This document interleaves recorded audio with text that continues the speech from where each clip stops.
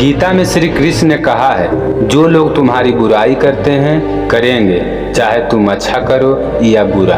इसलिए शांत रहकर अपना कर्म करते रहो। निंदा से मत घबराओ, निंदा उसी की होती है जो जिंदा है। मरने के बाद तो सिर्फ तारीफ ही होती है। नमस्कार दोस्तों, मेरा नाम है शिव कुमार और आप सुन रहे हैं हिंदी कहानी 2.2 साधु और चूहे की पंचतंत्र की कहानी। महिलोरुपैम नामक एक दक्षिण शहर के पास भगवान शिव का एक मंदिर था। वहाँ एक पवित्र ऋषि रहते थे और मंदिर की देखभाल करते थे। वो भिक्षा के लिए शहर में हर रोज आते थे और भोजन के लिए शाम को वापस चले आते थे।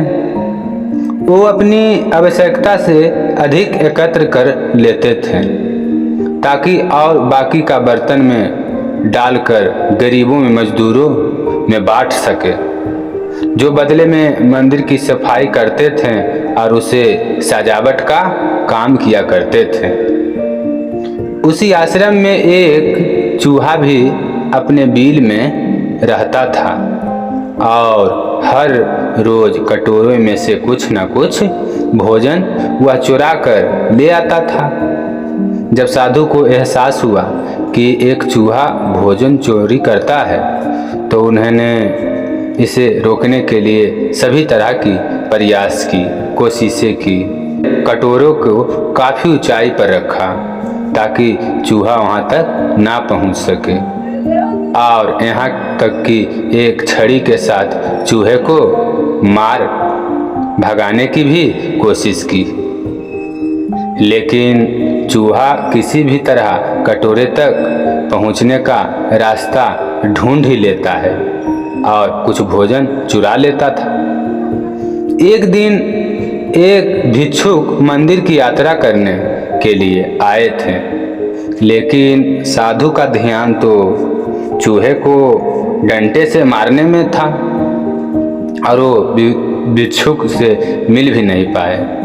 इसे अपना अपमान समझ भिक्षुक क्रोधित होकर बोले, आपके आश्रम में फिर कभी नहीं मैं वापस आऊंगा, क्योंकि लगता है मुझसे बात करने के अलावा आपको अन्य और काम ज़्यादा महत्वपूर्ण लग रहा है। साधु विनम्रता पूर्वक चूहे से जुड़ी अपनी परेशानियों के बारे में भिक्षुक को बताएं कि उसे कैसे चूहा उनके पास से भोजन किसी न किसी तरह से चुरा ही लेता है, जिससे हम परेशान हैं। यह चूहा किसी भी बिल्ली या बंदर को हरा सकता है। अगर बात मेरे कटोरे तक पहुंचने के हो तो मैंने हर कोशिशें पूरी की है, लेकिन वो हर बार किसी ना किसी तरीके से भोजन चुरा ही लेता है मेरा। भिक्षुक ने साधु को परेशानियों को समझा, विचारा और सलाह दी। चूहे में इतनी शक्ति, आत्मविश्वास और चंचलता के पीछे अवश्य ही कुछ न कुछ कारण होगा। मुझे यकीन है कि इसने बहुत सारा भोजन जमा कर रखा होगा और यही कारण है कि चूहा आप अपने आप को बड़ा महसूस करता है और इसी से उसे ऊंचा कूदने के लिए शक्ति मिलती है। चूहा जानता है कि उसके पास कुछ खोने के लिए है ही नहीं, इसलिए वो डरता नहीं है। इस प्रकार साधु और भिक्षुक निष्कर्ष निकालते हैं कि अगर वे चूहे के बिल तक पहुंचने में सफल होते हैं तो वे चूहे के भोजन के भंडार तक पहुंचने में सक्षम हो जाएंगे। और उन्होंने फैसला किया कि अगली सुबह वो चूहे को पीछा करेंगे और उसके बिल तक पहुंच जाएंगे।